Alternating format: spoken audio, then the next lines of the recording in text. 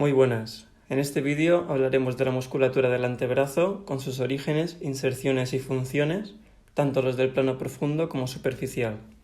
En el antebrazo podemos clasificar los músculos según un punto de vista funcional en dos grupos, unos de función flexora y otros de función extensora, y desde un punto de vista anatómico en tres: un compartimento anterior, un compartimento posterior y una zona lateral. La membrana interósea del antebrazo separa la musculatura en dos: un grupo anterior de 8 músculos con función flexora y uno posterior de 12 músculos con función extensora. En este grupo posterior tenemos 4 músculos laterales que rodean el radio. Los músculos anteriores se disponen en 4 planos. En el cuarto plano, el plano más profundo, se encuentra el pronador cuadrado, con su origen en la cara anterior del cuarto distal de la diáfisis del cúbito, y se inserta en el cuarto distal de la cara anterior de la diáfisis del radio. Su función es realizar la pronación.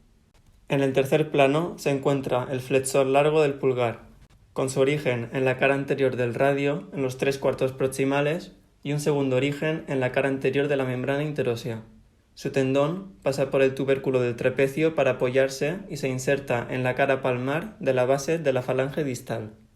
Su función es la flexión del pulgar y flexiona tanto la interfalángica como la metacarpofalángica. También puede intervenir ligeramente en la flexión de muñeca. Y el flexor profundo de dedos se origina en la cara anterior y medial del cúbito, en los 3/4 proximales, y también en la cara anterior de la membrana interósea. Se divide en 4 vientres y de cada uno de ellos saldrá un tendón. Cada tendón pasa por delante de la muñeca y se dirige a un dedo trifalángico, insertándose en la base de la falange distal de los trifalángicos. Su función será flexionar los dedos tanto por la articulación interfalángica como la metacarpofalángica. Y también interviene ligeramente en la flexión de muñeca. En el segundo plano encontramos el flexor superficial de los dedos, con 3 orígenes: la cabeza radial en la mitad proximal de la cara anterior del radio, la cabeza cubital en la apófisis coronoides del cúbito y la cabeza humeral en el epicóndilo medial. La cabeza radial está separada a las otras 2 cabezas, que se encuentran muy unidas por un arco tendinoso llamado arco tendinoso del flexor superficial de los dedos, por donde pasa el nervio mediano y vasos cubitales. El músculo da 4 vientres y 4 tendones, 2 superficiales y 2 profundos. Los superficiales van al tercer y cuarto dedo y los profundos al segundo y al quinto. En la palma de la mano los tendones ya se encuentran en el mismo plano y van a los dedos trifalángicos.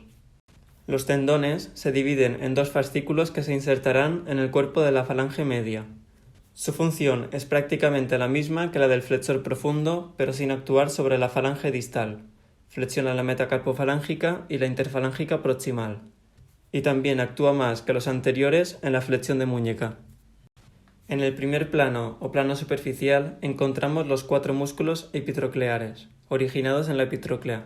De radial a cubital tenemos el pronador redondo, el flexor radial del carpo, el palmar largo y el flexor cubital del carpo. El pronador redondo, con 2 cabezas de origen, se origina en el epicóndilo medial, por su cabeza humeral, y en la apófisis coronoides del cúbito, por su cabeza cubital. El espacio entre las 2 cabezas se llama hiato del pronador redondo, por donde pasa el nervio mediano. El músculo cruza el antebrazo y se inserta en la mitad de la cara lateral de la diáfisis del radio. Su función es pronar el antebrazo y es el pronador más eficaz que tenemos. También actúa ligeramente como flexor de codo. El flexor radial del carpo, o palmar mayor, se origina en el epicóndilo medial del húmero, y sobre la mitad del antebrazo se convierte en tendón. Al llegar a la mano se divide en 2 y se inserta en la base del segundo metacarpiano, y ocasionalmente también en el tercero. Su función es flexionar la muñeca, ayudar en la abducción de la muñeca, y tiene un ligero componente de pronación. El palmar largo o palmar menor es inconstante, no todos lo tenemos. Se origina en el epicóndilo medial, baja al lado del flexor radial del carpo y también se hace tendón sobre la mitad del antebrazo. No tiene inserción ósea y se inserta en la aponeurosis palmar. Su función es tensar la aponeurosis y con esta tensión flexionar la muñeca. Y el flexor cubital del carpo es voluminoso, potente y tiene 2 cabezas de origen. Su cabeza humeral se origina en el epicóndilo medial y la cubital en la cara interna del olecranon. Entre las 2 cabezas tenemos un arco tendinoso llamado arco fibroso del flexor cubital del carpo, por donde pasa el nervio cubital. También se conoce como la arcada de Osborne. En la mitad del antebrazo se forma tendón y se inserta en el pisiforme. Como es un músculo potente, su contracción brusca podría arrancar el pisiforme, por lo que tenemos ligamentos como el pisiganchoso o el pisimetacarpiano para fijar el hueso pisiforme. Su función es flexionar y realizar aducción de la muñeca. Los músculos extensores del antebrazo pertenecen al compartimento posterior y hay 4. El músculo supinador tiene 2 cabezas de origen, una cabeza superficial que se origina en el epicóndilo lateral del húmero y una cabeza profunda originada en la cresta del músculo supinador en el cúbito. Las fibras de la cabeza profunda son prácticamente transversales y las superficiales oblicuas. El espacio entre las 2 cabezas se llama arcada de Frosch. El músculo se inserta en el extremo proximal del radio lateralmente. Su función es la supinación. El músculo extensor radial corto del carpo, o segundo radial, se origina en el epicóndilo lateral del húmero. El músculo baja cubriendo el radio y hacia la mitad del antebrazo se convierte en tendón. Cruza el carpo dorsalmente y se inserta en la base del tercer metacarpiano. Su función es realizar la extensión y abducción de muñeca. El músculo extensor radial largo del carpo, o primer radial, pasa por encima del extensor radial corto del carpo pero sin cubrirlo totalmente. Se origina en la cresta supracondilia lateral del húmero y tiene otro origen en la cara anterior del tabique intermuscular lateral del húmero. El músculo baja y se convierte en tendón a la mitad del antebrazo y baja en paralelo al tendón del extensor radial corto del carpo. Finalmente se inserta en la base del segundo metacarpiano. Realiza prácticamente la misma función que el segundo radial, extensión y abducción de muñeca, y como cruza el codo, es un flexor accesorio del codo. El músculo extensor radial corto se encarga de los movimientos cortos, lentos y de fuerza, y el extensor radial largo se encarga de los movimientos rápidos y de gran amplitud. El músculo braquiorradial es largo y voluminoso, y se origina en el borde lateral del húmero, entre la tuberosidad deltoidea y la cresta supracondilia lateral. A mitad del antebrazo se convierte en tendón y se inserta en la apófisis estiloides del radio. Su tendón va paralelo al del flexor radial largo del carpo, y entre ellos pasa la arteria radial. Este espacio, llamado canal del pulso, no está cubierto muscularmente, solo por una fascia. La función del braquiorradial es la extensión de codo, ayudando al braquial anterior y al bíceps braquial cuando hay supinación. También puede ser pronador o supinador. Al contraerse el músculo, lleva el antebrazo a semipronación, viniendo de una pronación o de una supinación. Los músculos posteriores del antebrazo se dividen en 2 grupos, 4 músculos superficiales y 4 profundos. En el plano profundo encontramos el abductor largo del pulgar, que se origina en la cara posterior del cúbito, del radio y de la membrana interósea. Se hace superficial a la altura de los extensores radiales, tapando sus tendones y cruzándolos dorsalmente. Después se convierte en tendón, cruza la muñeca por la parte radial y hacia palmar, y se inserta en la base del primer metacarpiano, y realiza la abducción del pulgar y ayuda en la abducción de la muñeca. El músculo extensor corto del pulgar está muy relacionado con el abductor largo, o incluso puede estar fusionado. Se origina en la cara posterior del radio y de la membrana interósea. Sigue la misma trayectoria que el abductor largo y da su tendón en el mismo punto, pero se inserta en la base de la falange proximal del pulgar. Realiza extensión del pulgar actuando sobre la falange proximal y hace abducción de muñeca. El extensor largo del pulgar se origina en la cara posterior del cúbito y en la membrana interósea.